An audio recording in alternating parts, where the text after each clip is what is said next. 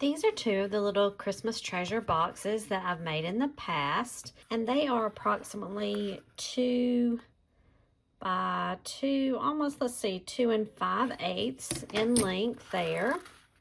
And they're little matchbox. You just press them open and pull the lid off there, and you've got the little scene on the inside here with the reindeer and the little Christmas tree. A cute little unexpected inside there. And then for the green box here, we'll push that open, and again we have a little reindeer, a Christmas tree, and this cute little silver tinsel around here with the cute little print on the inside. So we're going to make some more of those now, and we'll see what kind of little treasures we can put up inside there, and also printing out the images for our cover and inside. My go-to place for printables is Creative Fabrica, and so I searched Christmas vintage and I came up with these little cards. I pulled them up, I'll put a link below, and I was able to print those out. Aren't these the cutest little printables? The hardest thing on this project is going to be deciding which ones to use. The great thing is, though, I can make several, and I can also use these cards for other things. So I'm going to get to picking out which ones I'm going to use and pick out the colors for my boxes. So to start off with, I think I'm going to go with the candy canes here. These two prints that have a little bit of peppermint wishes and candy canes. I haven't decided what'll be on the front yet, but I'm going to go with this red paper for that. And then I think I'm also going to do this gingerbread and this Christmas tree. It's the most wonderful time of the year. And I'm going to use this darker green. I've used that on a few projects lately, and I'm really liking it. So it's a little different than the green of this box. And so let's try something a little different. So now I'm going to show you how to make the box. In this video, I'm going to show you how to do the gingerbread box. And both boxes are done the same way, where I decided to use a measurement of 2 by 2 3/4 with a 3/4 inch height for the box itself, the matchbox. And so I started by cutting out a sheet of 4.5, a sheet of 4 1/4 by 5 paper. And on this 5-inch side, we're going to score it at 3/4, 1.5, 3.5, and 4 1/4. Then flip it over to the 4 1/4 side, and we want to score it at 3/4 and 3.5.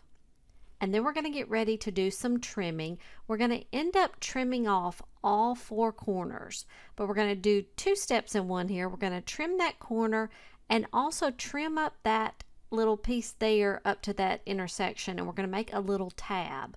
And so we're going to do that on all 4 corners. Trim up to that second intersection point, and then we'll clip off that corner edge there, that corner. And that's going to just make these little tabs that we're going to use to fold in just a moment here. So I'm going to do a little folding on those score lines, and now you can clearly see those tabs. And the box is beginning to come to life a little bit.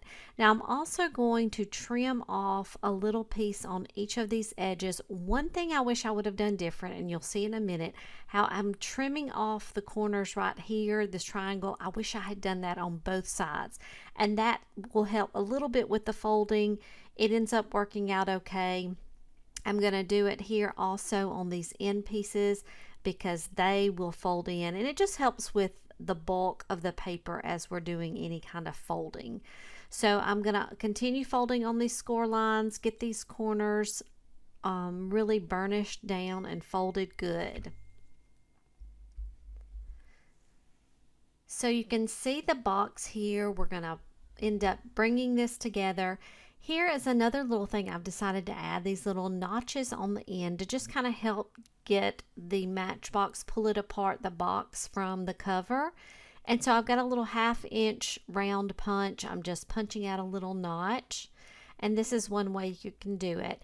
Now I've attached the 2-sided tape to these ends One thing I would do different, and I have a short reel that's going to show me putting together the red box, and I do put some two-sided tape on these little tabs on that short video.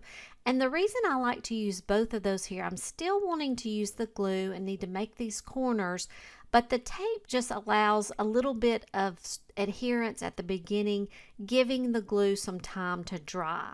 And so that's even what we're doing as I'm going to get ready to do the ends. Now I've done this one side of with the tabs, and we're going to now do the other side. Now we're going to do the longer edges. I've taken that tape paper off and applied the glue, and we're just folding it down. So we're basically folding everything in, making those right angles. We want to make those corners of the box. And here's a little bit where that bulk is. I wish I had trimmed off a little bit, but the key here is just doing a lot of squeezing and holding, and I'm using my clips to keep everything in place and giving this box a little bit time to dry. Now we're going to do the cover, and we cut that out, and we're going to do some scoring at 3/4, 2 3/4, 3 1/2, and 5 1/2. And so I end up cutting this at the total length is 6 1/4 by approximately 2 7/8. I want to make it a little bit wider than the 2 3/4, just to kind of cover. There's a little bit of bulk, of course, in that bottom box, and so it just helps it so that it's not super tight and that we can slide this cover on and off. So we just want to fold here. And the reason I scored it this way is so that we can have the two pieces come together on the side. If you want to do that on the bottom, you can do that as well. But I just tried to put it here on the side so it's not quite as obvious as we're putting it together. So now I've applied some two-sided tape in the sections where they will come together. And then I'm also going to put some glue for the same reason. That tape kind of helps it get set before the glue is able to dry. And we're still able to make some adjustments if we need to. But that's going to set us up for that. So while I bring it all together, I like to put that piece inside because it just helps giving it structure and holding everything together so you can kind of get a feel for what it's going to look like. Then I'm going to slide it back out so that we can just allow this, we can press some more on the inside and give that some time to dry and set up. Now it's time to get ready to do some more decorating of the box. So I'm trimming out those two pieces that I had printed from Creative Fabrica. And I think I'm going to use this piece that I'm cutting on the inside of the box. And we'll use the gingerbread men print on the outside of the box. So we'll get these all printed up and cut out. And I think I want to do a little bit of inking around the edges. That helps not only to give it a little vintage feel, but also to take away that white of the paper along the edges. And if I don't have any, I won't have perfect cutting, so that helps with that as well. So I decided I wanted to also include some decorative paper behind the front of, or the gingerbread men print. And so I'm going to go with this vintagey look striped red and green. I'm going to use tear tape with this. Now, if you are able to see the short video where I do the red box, I did that second, and I decided it was a little bit easier to apply this piece of paper before I folded up the cover, and that really helped. That made a difference. So you can try it like this. This was my first go around with this particular design, and we're always learning as we're doing it here. So you can see that I'm just trying to line this up. And one thing about it, I probably should have also given myself a little bit more paper than what I did the exact measurement of the box, but it doesn't fit quite exactly. You know, it's got a little bit of room, and maybe that's because I'm applying this after the fact. But I wanted them to line up exactly at the end. It doesn't. That's okay. I'm fine with that. And I think that ends up, it's there on the side and it's pointing towards the bottom. So it works out fine as it is. So we're just going to attach that paper, and then it's time to put our gingerbread man print on front, and I'm just using some glue for this. And we'll apply this little card on the front. And I just love these prints. They're all so cute. So that's on, again, using the inside piece in there for structure, but then taking it out when I'm ready to really press that glue down. Now we need to decorate the inside of the box. And so I'm using glue again with that. And here's where we have, it's the most wonderful time of the year with this little tree. Glue that in, hold it down, press it down, and give it time to dry. And now it's time to decorate. So I have lots of little objects of trinkets and ribbon that we can use as options on the inside of our box. Before I pick out exactly what I'm going to use, I want to just show you some from my collection here. I keep some of these things in my little tin, and as I was looking through some of these things, these may not work for this particular box, but these are the type of things to be on the lookout for these type of projects. Wouldn't it be cute to include a little wreath on just the right one? These are mini ornaments that I've collected, and they would be great inside of these. Even look at this gingerbread house. What if you opened up and you had a cute little gingerbread house inside? So even though I may not be using these type of things on this particular project, it would be cute for other ones. So that's why I like to keep my little trinket container, and I have these on hold for just the right project. I've got my glue gun ready to go, and I think what I'm going to do, I've got this red tinsel ribbon that I think I'm going to place around the edge of the inside here on the 3 sides. So let's get started with that.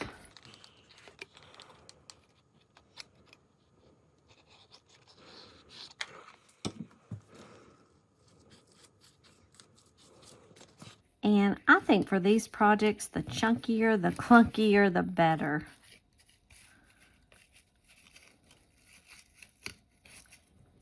Let's just trim this off.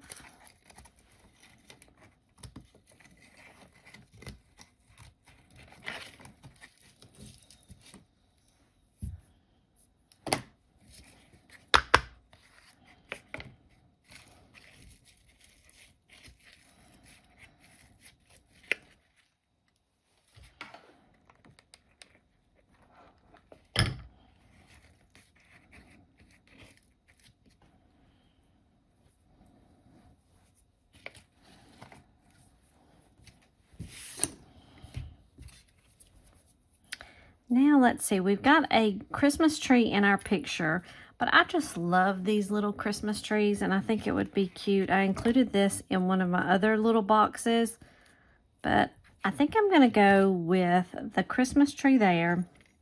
I love glitter.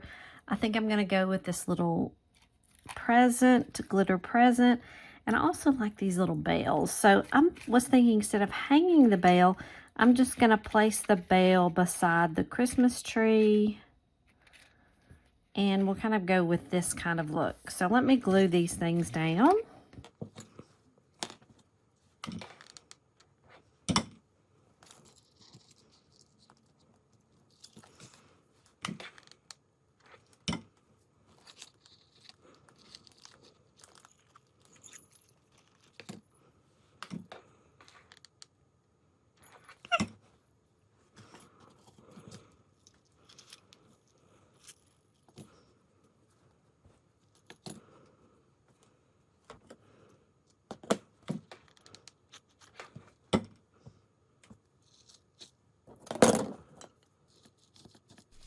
I hope you've enjoyed watching me put together these little Christmas trinket Matchbox scenes.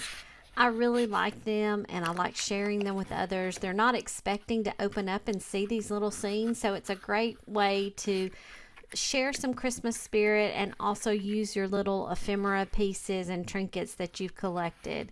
So these are the 2 that I did today. I have the others that I shared at the beginning of the video. And now I hope that you will be able to go and create these little matchboxes, put your little trinkets in them. They're also great for little presents to put in, candies and such. But these are the ones that I have done for today, and I hope you've enjoyed it.